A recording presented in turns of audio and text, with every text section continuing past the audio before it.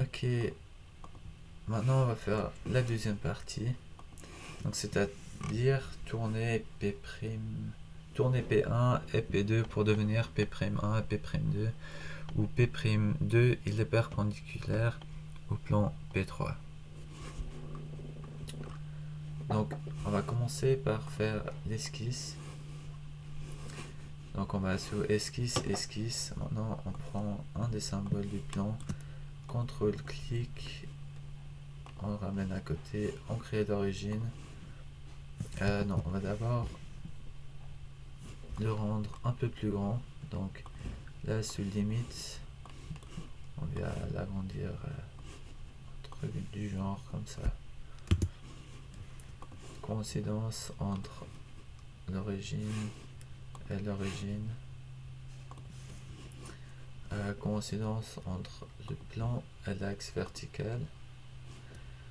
Je pense que dans une ancienne version de TopSolid, dès que tu prenais un des plans sur le plan XZ, il était de base orienté vers le haut.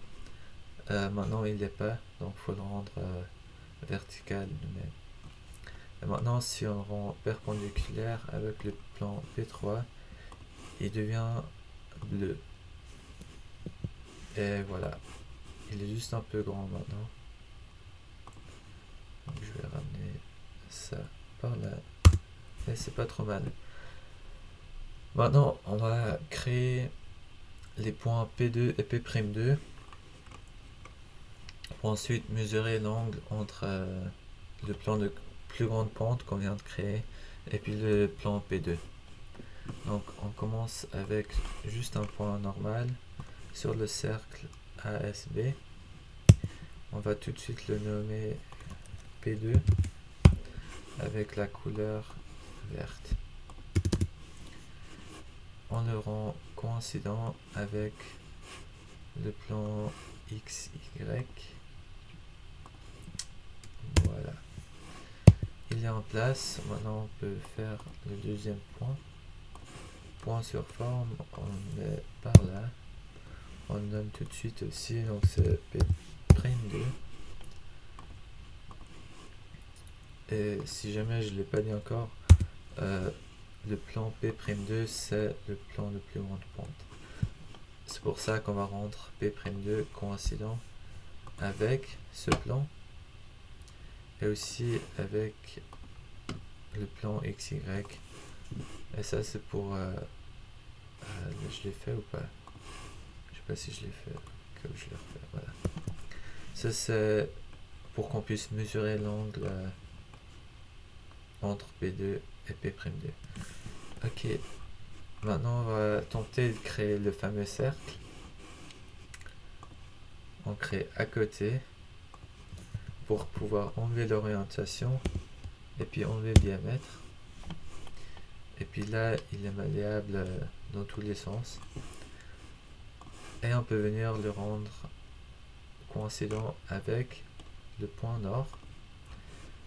Donc il faut vraiment faire attention que ce soit vraiment les points qu'on veut. Là le point sud.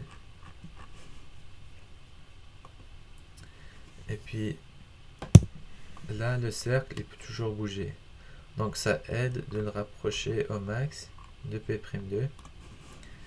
Et puis là la coïncidence, normalement ça devrait le rendre bleu. Et voilà.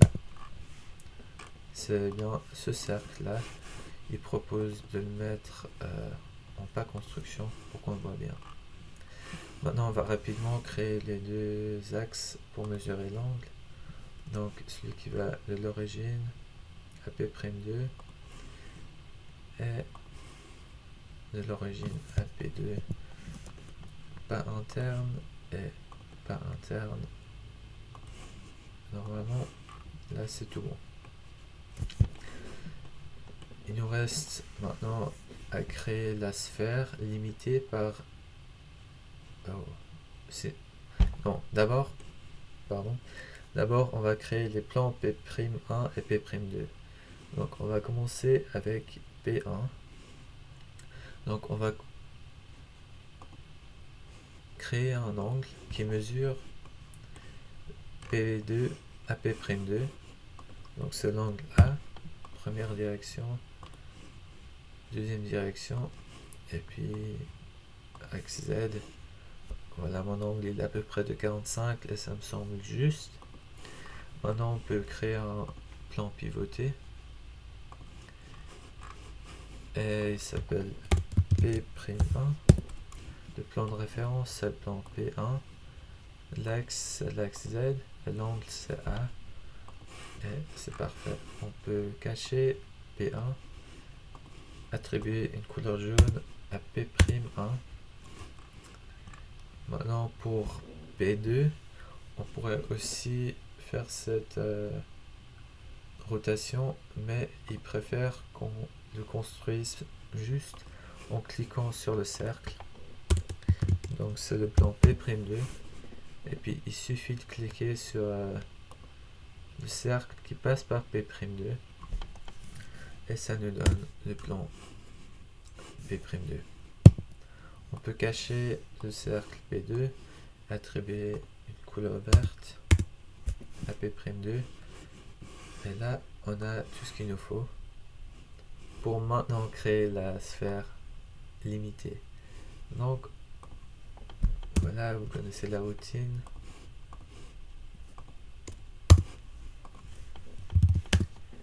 Jaune 80%. On cache l'autre sphère. On peut déjà la sélectionner ou pas. Et puis aller sous limitation. Resélectionner la sphère. Maintenant, le premier plan, c'est le plan P'1. Il est là. Il faut juste faire attention de limiter de mon côté. Mais là, c'est juste. Ensuite, le plan P'2. Et là, c'est du mauvais côté. Vous voyez qu'on va garder cette partie. Donc, on inverse.